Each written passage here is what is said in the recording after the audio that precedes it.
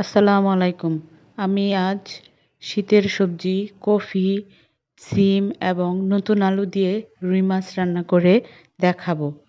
সেজন্য আমি রুই মাছ নিয়েছি এবং শীতের সবজিগুলো নিয়েছি। এখন চুলায় কড়াই বসিয়ে তেল দিয়ে দিলাম। দিয়ে দিলাম আস্ত জিরে, দিয়ে দিলাম পেঁয়াজ কুচি, নেড়ে-চেড়ে দিয়ে দিলাম রসুন বাটা, পেঁয়াজ বাটা দিয়ে দিলাম।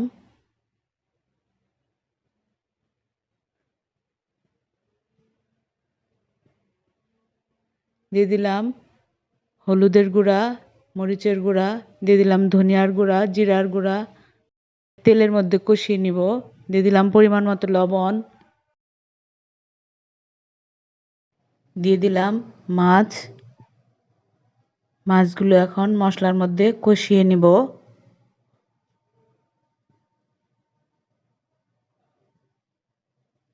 দিয়ে দিলাম পরিমাণ মতো পানি। শীতের সময় রুই মাছ দিয়ে নতুন সবজি দিয়ে এই ঝোলের তরকারি অনেক মজা লাগে।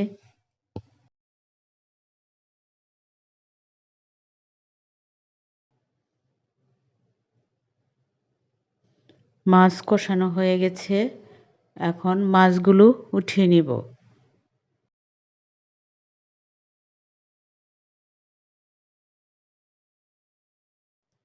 এখন কষানো মশলার মধ্যে সবজি দিয়ে দিব। ছোটবেলায় আমাদের পুকুর থেকে রুই মাছ উঠিয়ে ক্ষেতের নতুন সবজি দিয়ে এভাবে আমার দাদি রান্না করতেন, অনেক টেস্ট হতো।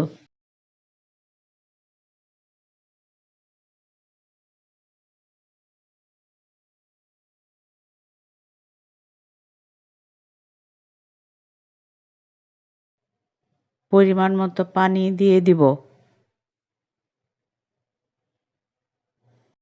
যেহেতু আমি ঝোলের তরকারি রান্না করতেছি, তাই একটু পানি বেশি দিতে হবে।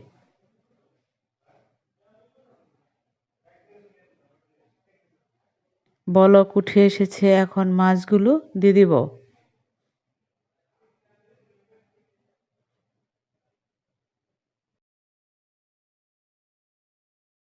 হয়ে গেছে আমার তরকারি।